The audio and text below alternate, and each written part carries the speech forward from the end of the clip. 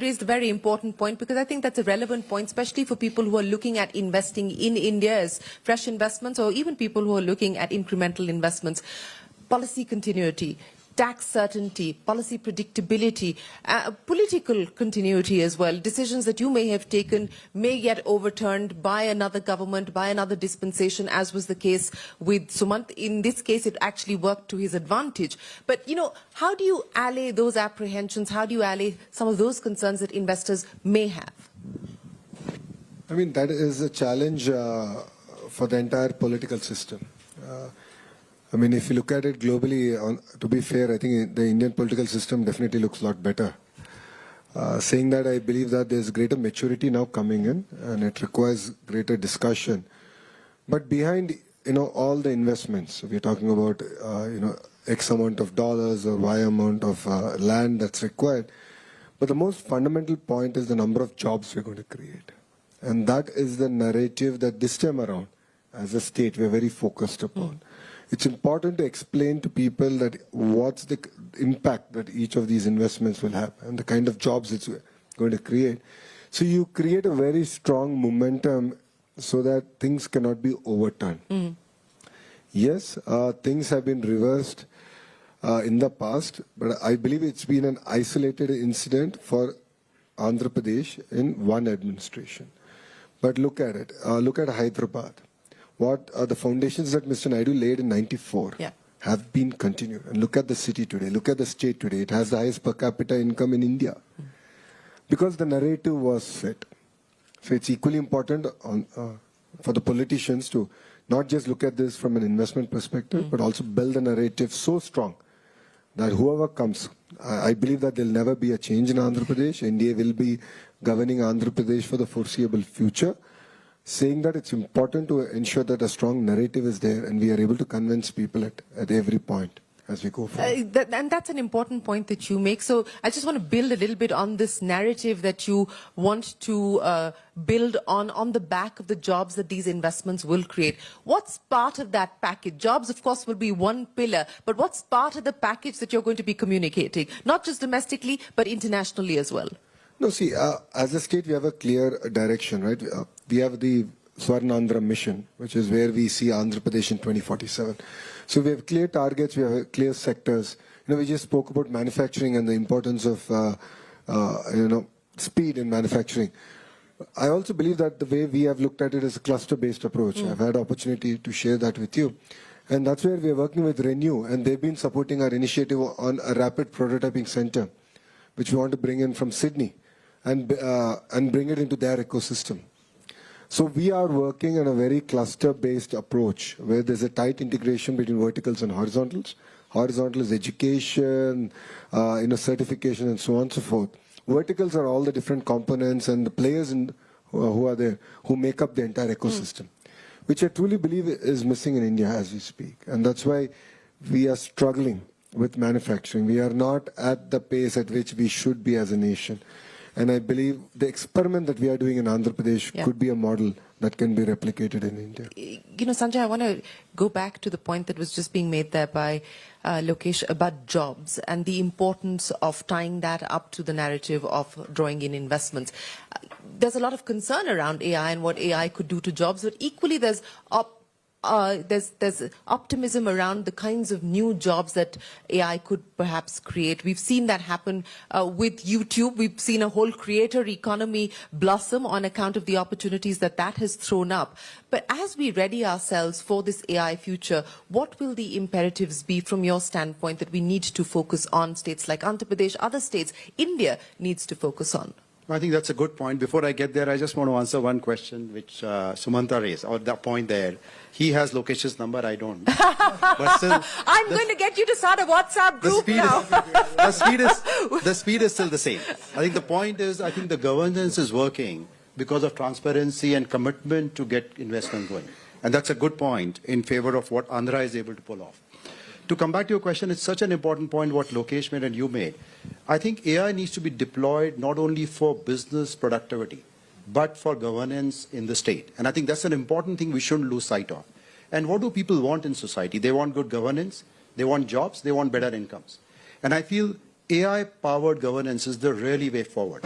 And I have 4 themes around there, which I'll call AI-powered, what I call Seva. The S stand for Sarkar. Run a better Sarkar. I think RGTS is a good example of what you do in Andhra, but I think to me that needs to become, for every person in the state, everybody should see I can reach out, even without having a number, get my problem solved, and find the right information. Second is E, which is e-safety or e-security. The biggest issue in the future would be that will be the challenges on cybersecurity and information and data. How do you ensure that AI is used to power that?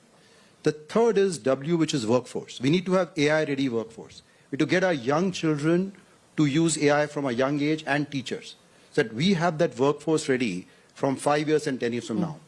And third is what I call A is agriculture, health, mobility, but transform all these. Because we can improve productivity of agriculture using AI. We can transform health using AI. We can transform mobility using AI, or urban development using AI. So I feel we need to get ready together as basically whether it is people who are creating applications or people like us or governance to do AI Seva, to really make a difference. If society is happy, if people are happy, if I earn more money, then I'm willing to believe and invest more time and energy. No, absolutely. That's a great point that you make. Technology for the sake of technology has no purpose. It has to be put to use for people. I'm going to get wrap-up comments from each one of you. And Jatin, let me start by asking you, since we're talking about the fast lane, investing at the speed of growth, you're a numbers man. So what is the one number that we should focus on from the state's point of view that they should get done? From state's point of view, not from cognizant point Both. It could be cognizant and what cognizant can do for the state. I think jobs is one thing, but I would say slightly differently. I think, as I mentioned, rebirth of services. I think what we should see is what we are getting to Vizag in terms of different services, newer services, which can run for another 25 years, which can create next set of entrepreneurs and next set of professionals that IT services creators started from here. So I think the key is not so much quantitative to your question, but qualitatively why the new services should come to Vizag. And I'll just take one more minute. The fear of, I can assure you people sitting in this room and watching that, take this fear of jobs around AI out. We have been here when package implementation first came, people said, you are doing all application development. If now there is SAP Oracle, who will come to you?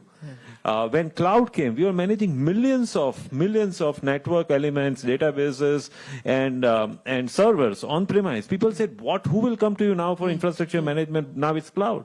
So why AI should be different? Let's just take on. We have built an industry which has grown every year for the last 25 years.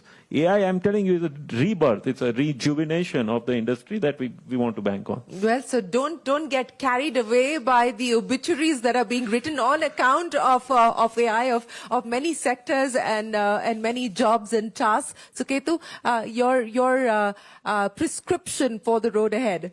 I think the simple prescription is, I think Lokesh said something really important. How do you build the ecosystem that can deliver on a particular vertical? So let me give you an example.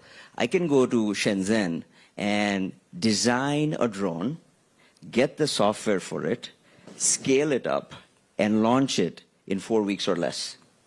So the first thing is to decide which areas are you going to compete on. Now, what does it require? I'm a supply chain guy, so it's a pretty boring business. We go all the way from product design to planning to distribution to assembly to energy and bring it all together. And then the last most important thing is talent. There is no shortage of talent in India right now. But the other areas, you have to decide that I'm going after this sector and I'm going to reduce the time. I would say anything that takes longer than 12 weeks to execute is too long.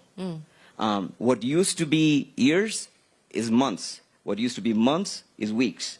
And what used to be weeks, Google has, I think they've changed the time clock. It's what, milliseconds, nano? I don't know what they did, but it runs faster. So those are what I would call strategic choices to make if you're going to take advantage of what you have. And we have seen it consistently that if you do that, the payoff is non-trivial. It's not a linear payoff model. It's an exponential payoff model.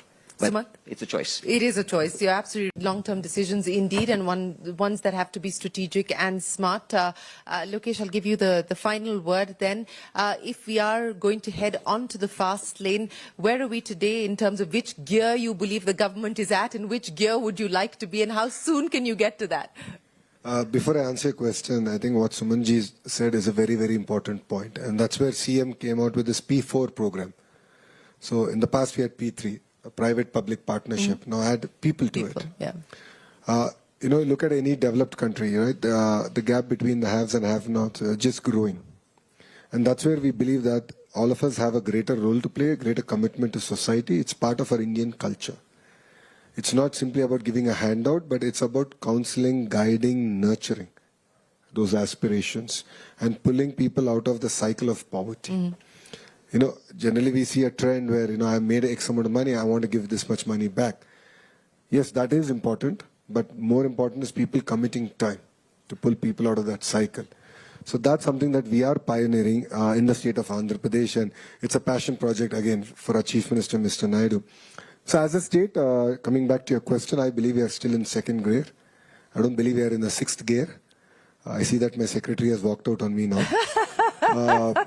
But you know, I believe this is the beginning. This is the new India. I believe that India can show the way. I believe that India can lead in clear sectors. And if India has to lead, states have to lead.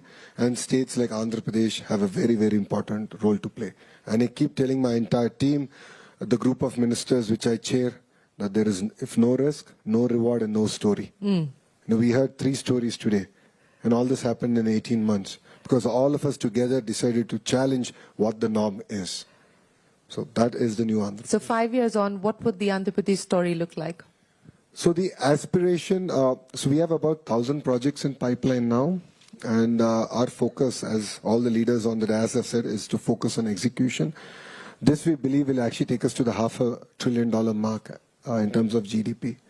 So that is what I believe the true outcome by which we want to measure ourselves. And again, just to go back, as Sinhaji has said, it's important now to look at whether these fruits of these outcomes are actually translating down all the way to the farmer, to the housewife who's taking care of you know, the house really well. We have to ensure that this translates to them. It creates, improves the quality of living and improves the per capita income. Well, thank you very much to each one of you for sharing your individual stories, but more importantly, sharing the roadmap that you believe that India and the state of Andhra Pradesh must take forward to ensure that we see faster growth, we see better quality of growth, and we see more secular and inclusive growth. And as must have been very evident here, I am going to start a WhatsApp group. I shall be the admin. I shall be the admin of that group, at least as far as this particular panel is concerned, and maybe see more stories flourish, not just in the state of Andhra Pradesh, but of course in India. From all of us here, from Davos, from the Davos Dialogue and the Davos Debate, many thanks for watching. Stay tuned to CNBC TV 18. We'll be right back with you. The news continues.